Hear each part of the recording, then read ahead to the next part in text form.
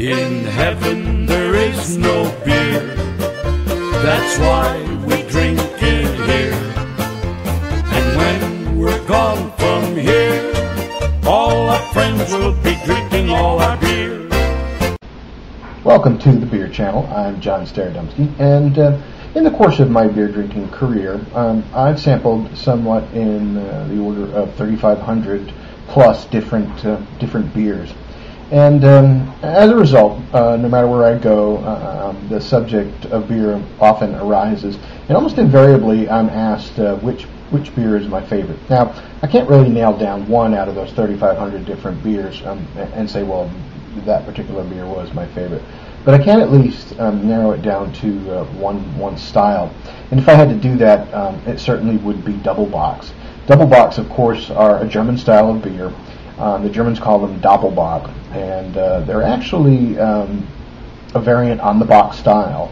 Bock is German for goat, and so the story goes that because these beers have a little bit higher alcohol content, they've got a kick, a little extra kick like a goat. Obviously, a Doppelbock would have an even bigger kick, and this is a style that actually was originated in Munich, Germany, the Doppelbocks, by the Salvator monks, hence one of the more popular or well-known Doppelbocks, which is Pauliner Salvator. That's a very, very good example, and I also think of Spaten Optimator, which is another German example. They're both from Munich.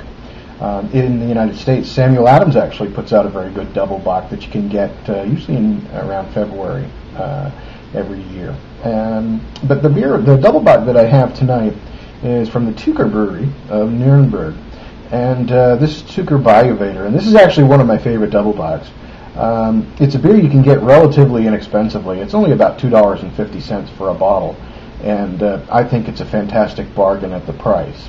The style actually was originally brewed to be drunk during Lent, and the monks called Bock and Doppelbock liquid bread, and it's because it's so sustaining. It's something that you could actually enjoy in place of a meal if you were passing up a meal in the spirit of Lent, and actually they did that at this time. So it wasn't something that they would drink in large quantities for the alcoholic content, but actually for the caloric content and again the sustaining factor of the brew. And I'm going to pop this one open,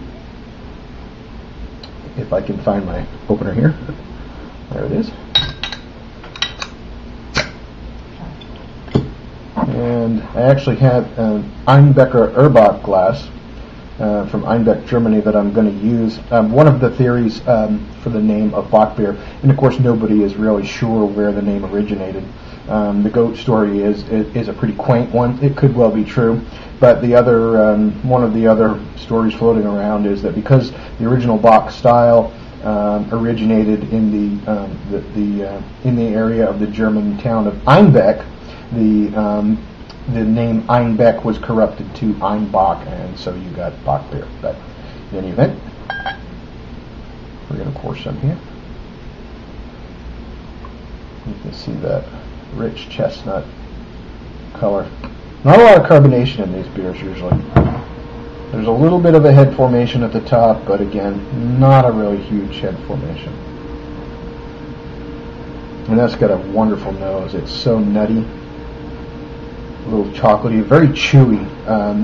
Michael Jackson in his Beer Hunter always talks about Bocks being such a chewy style, and it might be hard to imagine a chewy liquid, but if you take a sip, you'll know what he was talking about. And it's so good. It is just very smooth, very full and satisfying. It just rolls over the tongue with a thick, luxurious mouthfeel. And you're going to get, again, that nutty, dark melanodin flavor. Melanodins are a complex that's created by the addition of Munich malt or other malts if they go through what's called a decoction or a double decoction.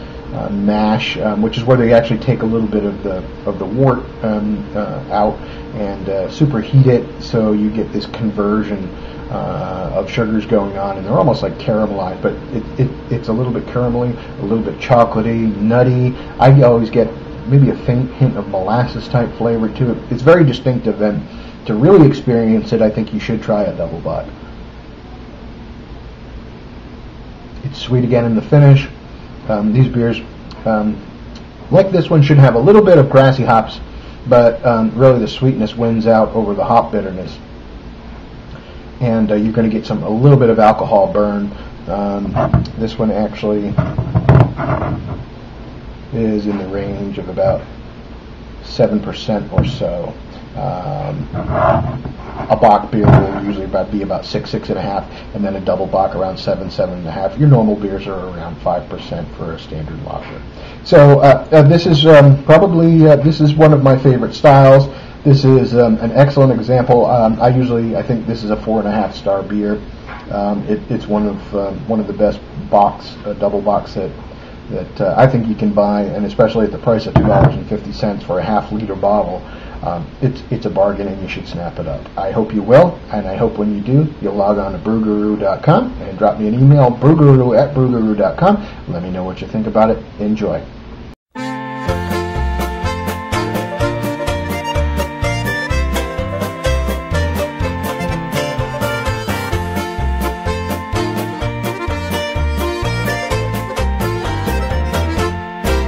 In heaven there is no beer, that's why we drink it here.